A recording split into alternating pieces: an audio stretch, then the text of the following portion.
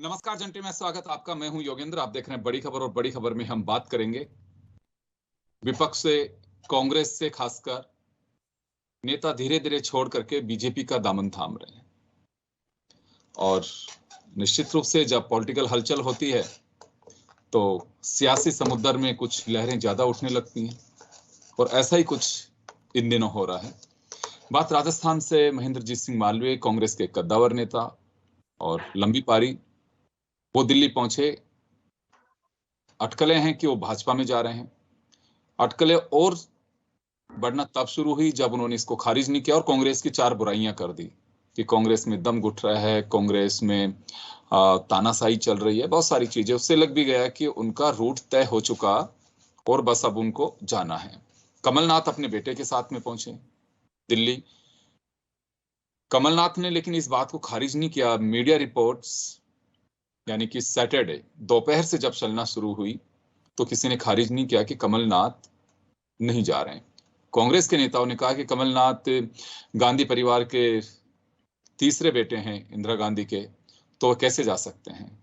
लेकिन कमलनाथ ने खारिज भी नहीं किया और इस बात को भी नहीं लगाया कि बिल्कुल माताजी के दामन में इतने लंबे समय हमने बिताया तो हम नहीं जाएंगे। तो मुझे लगता है कि इस पे एक चर्चा करना लाजमी होगा कि क्या कुछ हो रहा है, इसका बीजेपी पे तो क्या इम्पैक्ट आएगा, विपक्ष पे क्या आएगा, क्या कांग्रेस मुक्त भारत की जो सोच लेकर के मोदी चल रहे हैं उस और आगे कदम बढ़ रहे हैं। तो हमारे साथ सीनियर जर्नलिस्ट का पैनल है। हमारे साथ ओम सैनी साहब हैं और श्याम सुंदर शर्मा साहब हैं। दिल्ली से हमारे साथ आदित्य कांत जी जुड़े हुए हैं। सभी का स्वागत है। आदित्य सर, मैं आपके पास में आना चाहूंगा। किस तरह की चर्चाएं हैं दिल्ली में? राजस्थान के नेता कई लाइन में हैं, कमलनाथ पहुंच चुके हैं वहां पे, बीजेपी का अधिवेशन चल रहा है ना, बीजेपी इस बात को खारिज कर रही है। कमलनाथ एकदम से नो कमेंट्स करके एयरपोर्ट से निकल लिए। तो उनकी खामोशी ठप्पा लगाती है इस बात को। और चलिए, अगर वो चले भी जाते हैं तो वाकई हमारे देश की सियासत पे इसका क्या इम्पैक्ट आएगा? देखिए योगेंद्र जी, ये अब एक्चुअली अगर हम पिछले 1 से 2 महीने के बीच में जिस तरह से पलायन कांग्रेस के नेताओं का हो रहा है या बाकी नेताओं का भी हुआ है, तो उससे एक चीज तो बड़ी क्लियर हो रही है कि इस तरह की डेवलपमेंट अब पॉलिटिकल सर्कल्स में या इवन जर्नलिस्टिक सर्कल्स में भी कोई सरप्राइज नहीं है और इसको लोग बड़े एक्सपेक्टेड टर्म्स में ले रहे हैं। तो जहां तक कमलनाथ जी का है, उन्होंने अभी मेरे ख्याल से अभी थोड़ी देर पहले शायद जैसे आप चर्चा कर रहे थे ये कहा है, तो उन्होंने डिनाई नहीं किया है। तो अगर डिनाई नहीं कर रहे हैं तो सबको यही है कि बट इसमें अभी वो ज्वाइन करेंगे नहीं करेंगे, इस पे एक बड़ा क्वेश्चन है। ये भी हो सकता है कि वो सिर्फ पार्टी क्विट कर दें, और क्योंकि अब भविष्य तो उनके बेटे नकुल का है जो ऑलरेडी अपने लेवल पे भी, और कमलनाथ जी ने भी वहां से छिंदवाड़ा से ऑलरेडी डिक्लेयर कर चुके थे कि वो वहां से कैंडिडेट होंगे। अब वो कैंडिडेट अब बीजेपी के भी वहां से हो सकते हैं। तो अभी सारा का सारा, और जिस तरह से बीजेपी का अधिवेशन है और बीजेपी के नेताओं ने मध्य प्रदेश में भी ये बात कही है कि बीजेपी के दरवाजे खुले हुए हैं, तो इसमें कोई अभी सरप्राइज नहीं होगा। लेकिन अभी फिर भी ये देखने वाली बात होगी कि इसमें कमलनाथ जी एक्चुअली वो ज्वाइन भी करते हैं इमीडिएटली कांग्रेस, या उनके बेटे ही ज्वाइन करके कैंडिडेट डिक्लेयर कर दिए जाते हैं। तो स्पेकुलेशन अभी बस मुझे लग रहा है कि जल्दी ही सिचुएशन बिल्कुल क्लियर हो ही जाएगी, जिस तरह से अभी ये गहमा गहमी चल रही है और एक्टिविटीज हो रही हैं। तो काफी, बट ये है कि इंटरेस्टिंग सिचुएशन तो बनी हुई है, क्योंकि कमलनाथ एक बहुत पुराना उनका संबंध रहा है, ऑलमोस्ट कितने 3 डिकेड से ज्यादा का, और नेहरू गांधी परिवार के कितने क्लोज माने गए हैं। तो ये इन ए वे एक सीरीज में से लास्ट नेताओं में से होंगे जो पुरानी जनरेशन के हैं और कांग्रेस से जो अलग होते हुए दिखाई देंगे। पहले हमने गुलाम नबी आजाद को भी देखा था, यहाँ से शुरुआत हुई थी। तो अब ये स्थिति बनी हुई है, सबकी नजरें टिकी हुई हैं, लेकिन कोई बहुत सरप्राइज इसमें लोगों को नहीं लग रहा है। इंटरेस्टिंग ये है, हालांकि अब पॉलिटिकल एनालिस्ट के हिसाब से, कि ये वही कमलनाथ जी हैं जिनके लिए ऑपरेशन लोटस मध्य प्रदेश में हुआ था, और जूनियर सिंधिया जी ने बहुत अच्छी भूमिका निभाई थी। बट पॉलिटिक्स वो सारी अनसर्टेनिटीज और सरप्राइजेस की एक, वो अपने आप में एक पूरी की पूरी गेम है जिसको देखा जाता है। तो बट ये है कि अब लोग सरप्राइज होना बंद हो गए हैं, फिर भी नजरें सबकी टिकी हुई हैं कि आगे अभी क्या होता है। बिल्कुल। ओम जी, आपके पास में आना चाहूंगा। लोग कहते हैं कि इंदिरा गांधी का दौर भी ऐसा ही था, लोग छोड़ छोड़ करके इंदिरा गांधी के पास में जा रहे थे, वो दौर देखा आपने।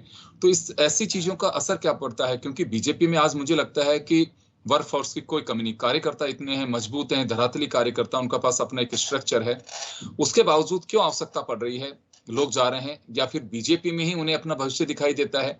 और अगर दिखता भी है तो बीजेपी का मूल जो स्ट्रक्चर बना हुआ है कार्यकर्ताओं का, कार्यकर्ता वो नेता भी बनना चाहता है, नेता होता है तो टिकट भी चाहिए होता है, उन पे क्या असर पड़ता है ऐसे केसेज में?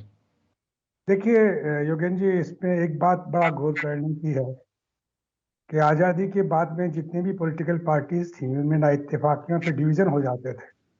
सोशलिस्ट पार्टी के हमने 3 टुकड़े देखे हैं, प्रजा सोशलिस्ट पार्टी, संयुक्त सोशलिस्ट पार्टी। उसी तरह से कम्युनिस्टों के हमने 3 टुकड़े देखे हैं, सीपीआई देखा, सीपीएम देखा, सीपीआईएमएल देखा, वैचारिक मतभेद। वैसे कांग्रेस के टुकड़े भी देखे हैं, वैसे जनसंघ के टुकड़े हमने नहीं देखे, या और किसी पार्टी के, जनता दल के हमने टुकड़े देखे हैं। तो देखिए, आपका वैचारिक मतभेद होने पे आप स्वतः ही अपनी एक सियासत खड़ी करते हैं, तो उससे तो आपका दबदबा और रुतबा बढ़ता है।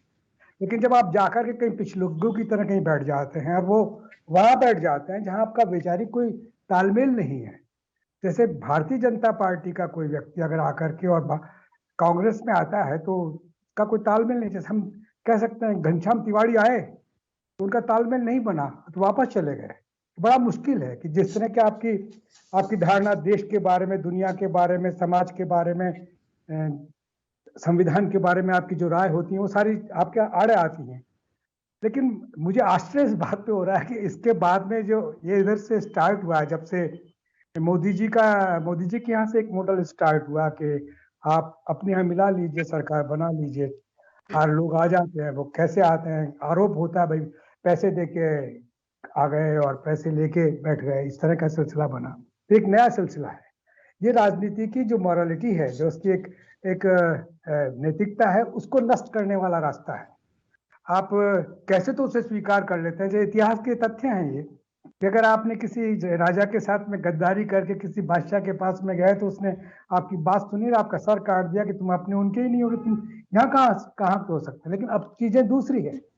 राजनीति में इनका फायदा उठाने का सिलसिला हो रहा है। आप जाते हैं और आपको मंत्री बना दिया जाता है, और उसके बाद में आप जिस तरीके से धारा प्रवाह वकालत करते हैं, वो जो बुनियादी रूप से जो लोग उस पार्टी में पैदा हुए वो भी नहीं कर पाएंगे। इस तरह का दृश्य बन रहा है। तो ये जो अभी है, इसको जनमानस समझने लगा है, लेकिन धीरे धीरे ऐसे लोगों की इज्जत सामान्य जन में समाप्त होगी।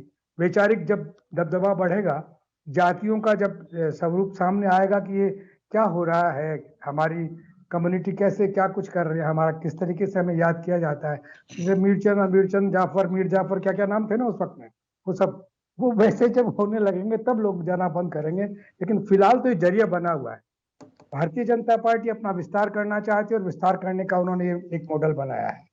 कांग्रेस अपने आप को रोकना चाहती है, तो उनके पास में मॉडल सिर्फ यात्रा कर रहे हैं, उसके हिसाब से ही वैचारिक प्रतिबद्धता जो पहले एजुकेशन हुआ करती थी पॉलिटिकल पार्टीज में, कि आपका घोषणा पत्र, आप किस लिए आप इस पार्टी में क्यों हैं, उस पार्टी की क्या दिशा है, क्या क्या बनाना, कैसा देश बनाना चाहती है, चाहे वो जनसंघ रही हो, चाहे भारतीय जनता पार्टी रही हो, चाहे स्वतंत्र पार्टी रही हो, चाहे कांग्रेस रही हो, चाहे समाजवादी या वामपंथी रहे हो।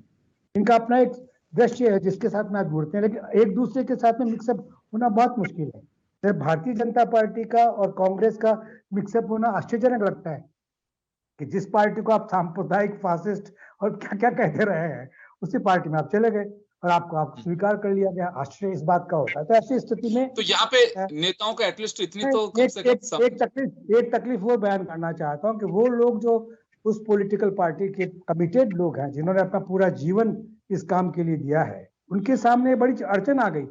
एक ऊपर से पैराट्रूपर्स की तरह से आया और ये आकर के बैठ गया और उसको ये पोजीशन मिल गई। इस तरह की हताशा जब पैदा होने लगेगी तो संकट हो जाएगा फिर उस पॉलिटिकल पार्टी के लिए, क्योंकि अभी तक तो आपके भय से, डर से सारा सब सिलसिला हो रहा है, लेकिन जैसे ही उसका डेमोक्रेटिक स्वरूप बनेगा पार्टी के अंदर का, तो फिर ये रास्ते बंद हो जाएंगे। तो अब चल रहा है, लेकिन फिलहाल तो ये जी।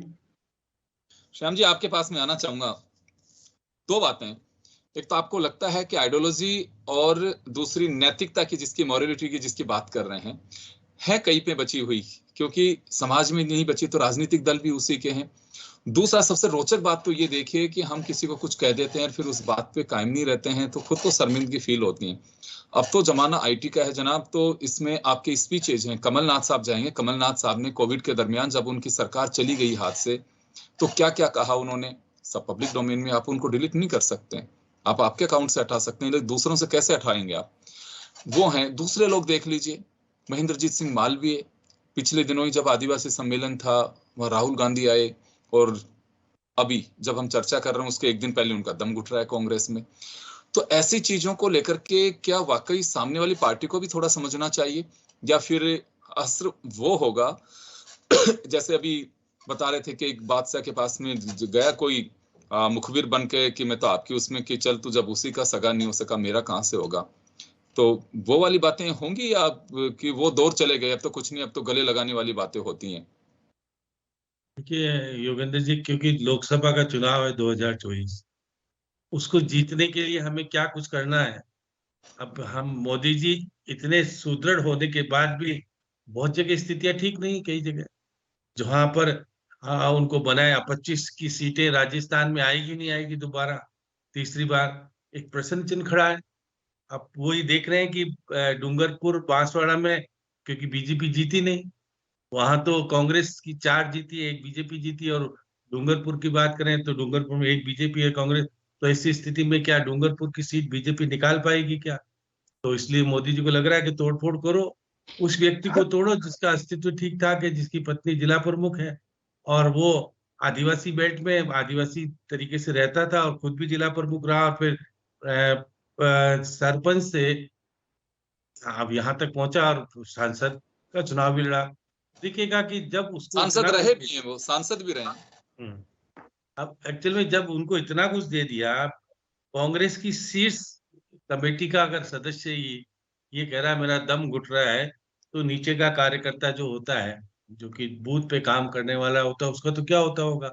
इनको तो देखिएगा कि मंत्री भी बनाया आपको, जिला प्रमुख भी बनाया, पत्नी को जिला प्रमुख बना दिया, सब कुछ देने के बाद भी आपका दल घुट रहा है और कह रहे हैं कि मैं 2023 में सीएलपीएल का लीडर बनने वाला था, लेकिन मेरे को नहीं बनने दिया, उसको बना दिया। आपके देखिएगा जिस प्रकार से जाट को बनाया उन्होंने, रामेश्वर डूडी को बनाया, वो पुरानी बात को याद करते हैं, कहते हैं अभी भी मैं बनने वाला था, टीकाराम जूली को बना दिया। तो देखिए सारे पद आपको दे दिए जाए, ये तो पार्टी ठीक है, भारत माता है, नहीं तो वो डायन हो गई पार्टी। इस तरह की स्थितियां जब हो रही है तो ठीक है, किस तरह। अब देखिए लालचंद कटारिया है, सब कुछ दिया, केंद्रीय मंत्री भी बनाया, सांसद भी बनाया और सब कुछ किया।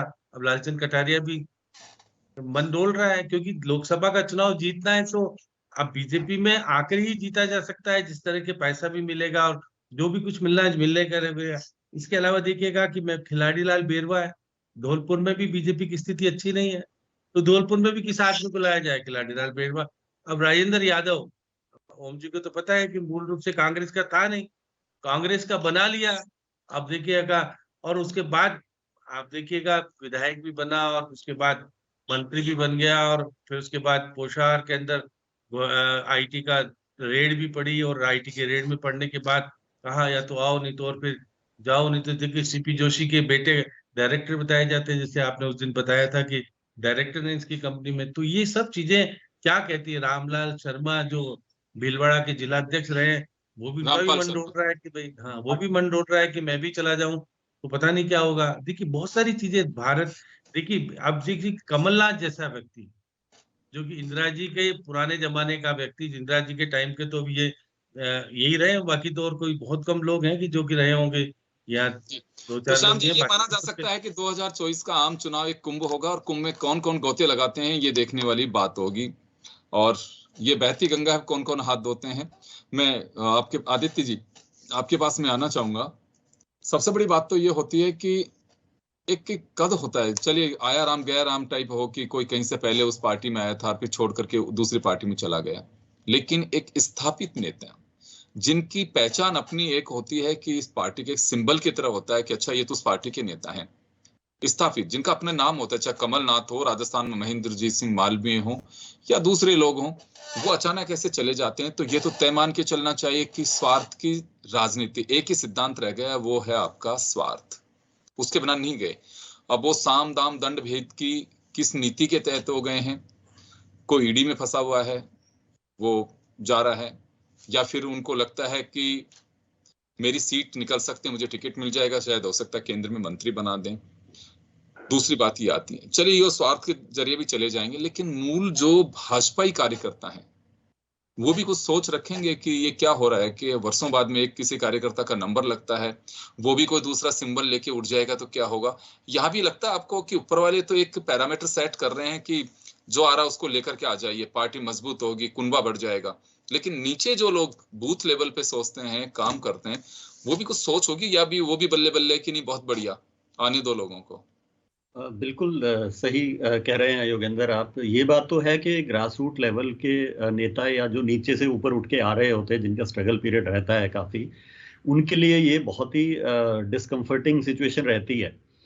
जैसे राजस्थान का एग्जांपल पहले दे रहे थे, मैं पंजाब में हमने ये देखा है कि पिछले असेंबली इलेक्शन से पहले काफ़ी नेता including former chief minister captain Amarinder Singh और कुछ बड़े बड़े नेता बीजेपी में शामिल हुए थे।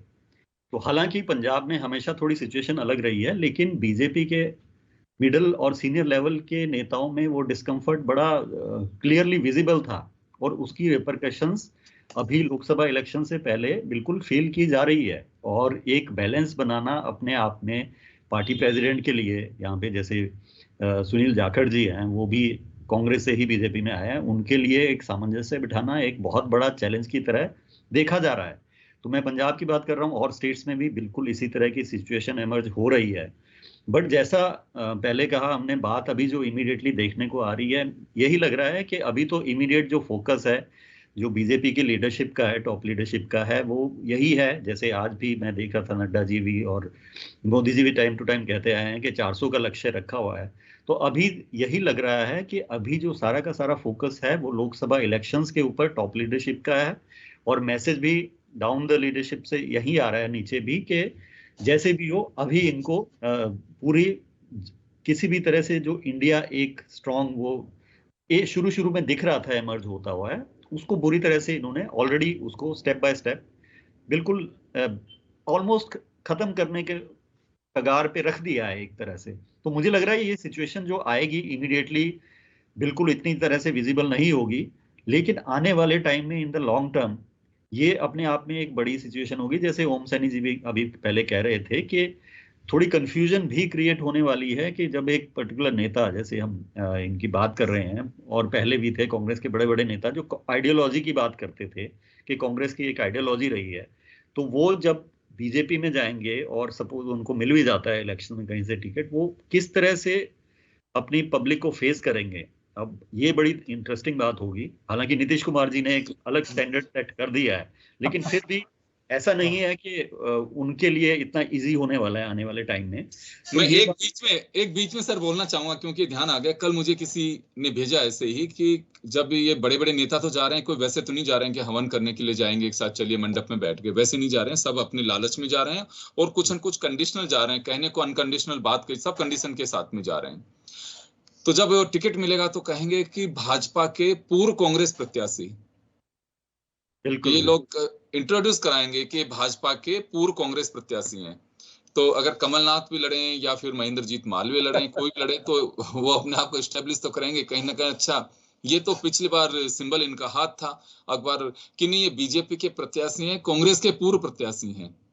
तो कुछ ऐसी सिचुएशन भी बनेगी आने वाले दिनों में। बिल्कुल सिचुएशन बनेगी, और हो सकता है कुछ लॉयल सपोर्टर्स हों, वो गलती से सिंबल में कंफ्यूजन ना हो जाए जब वो वोट करने जाएं।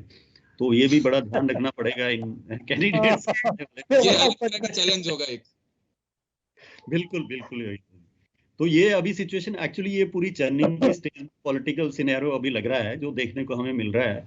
बट यही है कि अभी लॉन्ग टर्म में क्या होगा इसके रिपरकशंस, क्योंकि हालांकि सैनी जी हैं और बहुत सीनियर लोग पहले देखे हैं, हमने तो पिछले 20-25 वर्ष से देख रहे हैं। तो लॉन्ग टर्म में इस तरह की जो एग्जॉडस, मैसिव एग्जॉडस दूसरी पार्टीज में होता है, उससे पूरी की पूरी पार्टी का डीएनए किस तरह से चेंज होता है या उस पर कितना फर्क पड़ेगा, ये तो आई थिंक अगले 5-10 ईयर्स में दिखेगा। बट यू नेवर नो, हो सकता है उस टाइम तक दूसरी पार्टी में ये नेता रहें या क्या करें, सिचुएशन देख के ही समझ पाएंगे। बट आई थिंक एक अनप्रेसिडेंटेड वो एक जो चेंज है वो हमें देखने को मिल रहा है इन टर्म्स ऑफ जो लीडर्स हैं, जो पॉलिटिकल पार्टी, दूसरी मेजर पॉलिटिकल पार्टी को छोड़ के दूसरी तरफ जा रहे हैं। तो ये बड़ा इंटरेस्टिंग होगा। राइट, बिल्कुल। जी ओम जी कुछ कह रहे हैं आप? एक बात और है योगेंद्र जी, वो ये कि आप जा तो रहे हैं, लेकिन जैसे कुछ लोग बीच रास्ते से लौट आता है ना, जैसे घनश्याम जी वगैरह आ गए और करुणलाल मीणा भी आ गए, सेट हो गए वापस, कोई क्योंकि अपनी पार्टी में सेट हुए ना, तो उससे कोई दिक्कत नहीं हुई। लेकिन एक बात है कि इसके कॉन्सिक्वेंसेस पॉलिटिकल पार्टीज को बहुत गंभीर रूप से भुगतने पड़ेंगे। एक पॉलिटिकल पार्टी जो जनसंघ हुआ करती थी, एक पॉलिटिकल पार्टी जो बीजेपी बनी, वो इसीलिए बनी थी कि पॉलिटिकल पार्टी का स्ट्रक्चर, जो रूलिंग पार्टी थी यानी कांग्रेस, उसका डिक्टेटोरियल स्ट्रक्चर हो गया है। तो एक डेमोक्रेटिक पार्टी चाहिए। एक डेमोक्रेटिक पार्टी के रूप में बम्बई अधिवेशन में जो घोषणा पत्र है जिसमें चर्चा हुई थी, अटल बिहारी वाजपेयी और हमारे अडवाणी जी और अब्दुल करीम छागला साहब जब सदारत कर रहे थे, यही बात हुई थी। छागला साहब ने यही बयान दिया था, जो कांग्रेस छोड़ के उसमें उपस्थित थे। उन्होंने यही कहा था कि मुझे लगा कि एक डेमोक्रेटिक पार्टी, एक भारतीय संविधान की रक्षक पार्टी पैदा हुई है जो कांग्रेस की उन सारी बुराइयों से परे होगी। लेकिन हमने देखा कि क्या हुआ। तो ये कल्पना होती है। जब भी आप शांति के दौर में आएंगे तो आपको लगेगा कि पॉलिटिकल पार्टीज किस तरीके की होनी चाहिए, किस तरह उनके कमिटमेंट होने चाहिए, किस तरह उनकी गवर्नेंस होनी चाहिए, किस तरह उनकी आइडियोलॉजी की प्रोटेक्टर होनी चाहिए। ये बात फिर से महसूस किया जाएगा। अभी तो ऐसा लग रहा है सब कुछ मिक्स हो रहा है, इधर से उधर चले गए, उधर से उधर चले गए। लेकिन जो बच्चे पढ़ रहे हैं स्कूलों के अंदर, और जो पॉलिटिकल पार्टीज के गठन की बात पढ़ेंगे, जो इंडियन कॉन्स्टिट्यूशन को पढ़ेंगे, जो पॉलिटिकल साइंस में गवर्नेंस क्या होती है ये पढ़ेंगे, उनको समझ में ये आएगा कि ये सब क्या हो रहा है। अगर वो चैप्टर ही हटा दे तो बात अलग है, वरना तो वो सवाल करेंगे नहीं सब बातों, जैसे हम लोग अभी कर रहे हैं। हम लोगों का कोई संकट नहीं है, लेकिन उनके लिए तो बड़ा संकट होगा कि एक जमाना ऐसा भी रहा था कि ऐसे ऐसे हो गया था। वैसे ही वो जमाना हम देख रहे हैं, आगे बच्चे भुगतेंगे और पॉलिटिकल पार्टी महसूस करेंगे उस वक्त। जी बिल्कुल बिल्कुल, आप सही फरमा रहे हैं। मैं श्याम जी, समय थोड़ा कम है, मैं आपके पास में आना चाहूंगा कि देखिए, ये तो चीजें हैं, बदलती रहती हैं। स्वार्थ की राजनीति रह गई। कोई ये नहीं कह सकता कि नहीं नहीं निस्वार्थ भावना से, जब निस्वार्थ भावना से जा रहे हैं तो आप अपने कुनबे में बैठिए। आप स्वार्थ के बिना नहीं जा सकते। आपको टिकट भी मिलेगा। आपको हो सकता है कि और बड़ा, जैसे अशोक चौहान साहब का राज्यसभा से मुझे लगता है कि 2024 के आम चुनाव के बाद में उनको केंद्र में मंत्री भी बनाया जा सकता है। कोई बड़ी बात नहीं है। कमलनाथ खुद अगर लड़ते हैं, हालांकि उसके चांस मुझे ज्यादा है कि अपने बेटे को स्टैब्लिश करना चाह रहे हैं वो, क्योंकि पिछली बार इनको आई थिंक 56% वोट मिले थे और जो बीजेपी से थे उनको 40% मिले थे। तो यहाँ पे एक ये भी बात आती है कि कहीं कमलनाथ, ऐसा तो नहीं लग रहा है कि माहौल इस समय राममय होता जा रहा है और एक नया वो हो कि मैं बिल्कुल इधर का भी नहीं हूँ, क्योंकि जीते हुए के साथ में तो लेने में कोई दिक्कत नहीं होती है, और जब चले जाते हैं आप, हार जाते हैं, तो थोड़ी आपको मुश्किल होती है वापस जाने के अंदर। हर आदमी घनश्याम तिवारी नहीं हो सकता या किरोड़ी लाल मीणा नहीं हो सकता। उन्होंने समय के साथ में समझौता किया और वापस चले भी गए अपनी पार्टी में, हालांकि दूसरी जगह अनकंफर्टेबल भी थे वो लोग। तो यहाँ कुछ कार्यकर्ताओं से मेरी बात हुई तो मैंने पूछा उनसे कि क्या चल रहा है आपकी पार्टी में, कि ये की चर्चा हुई, लेकिन उनका ये कहना है कि जब अटल जी साइनिंग इंडिया का स्लोगन लेके चले थे और लग रहा था कि चुनाव जीत गए लेकिन हार गए, तो अब हम किसी भी तरह की कोई कसर नहीं छोड़ना चाहते हैं। वो सोच है भी है इसके पीछे। देखिए योगेंद्र जी, क्योंकि बेटे को एस्टेब्लिश करना है, छिंदवाड़ा में उन्होंने सम्मेलन किया। उन्होंने कहा वहां पर कि हम आपके साथ अंतिम समय तक रहेंगे। कह रहे थे मैं और मेरा बेटा तो रहेंगे, कांग्रेस के साथ रहेंगे। ये उन्होंने नहीं कहा वहां पर। तो बेटे को देखो छिंदवाड़ा से जिताने में कामयाब रहे थे। अशोक गहलोत नहीं जिता पाए थे, वो तो जिता पाए थे। अब वो उनको लगता है कि मैं 2024 का चुनाव बेटे को जिता पाऊंगा या नहीं जिता पाऊंगा।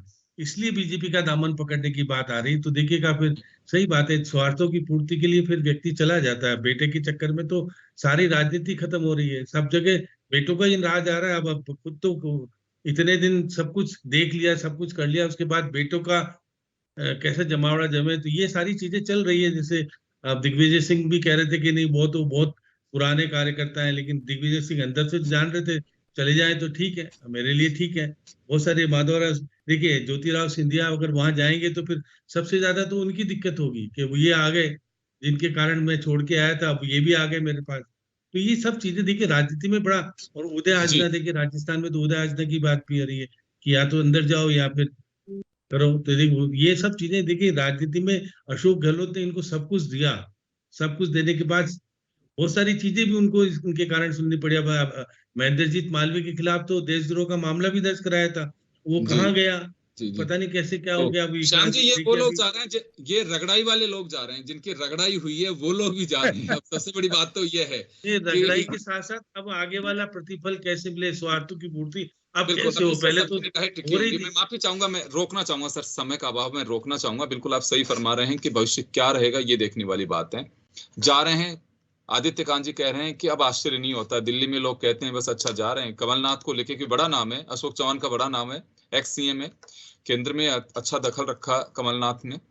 तो वहां एक थोड़ा सा होता है कि अच्छा कमलनाथ बीजेपी में जा रहे हैं, लेकिन उसके बाद में कोई ज्यादा कमेंट्स नहीं, क्योंकि ये एक दौर ऐसा है कि कुंभ का स्नान है, कौन जाकर के गोता लगा ले कोई पता नहीं है। लेकिन हाँ वाकई अब बात तो सबकी ये रहेगी फ्यूचर में कि इनके जो साइड इफेक्ट्स आएंगे, क्या बीजेपी के ऊपर आते हैं कि इनके खुद के कैरियर पे आते हैं, उस पर निगाहें टिकी होगी कि भविष्य में होता क्या है।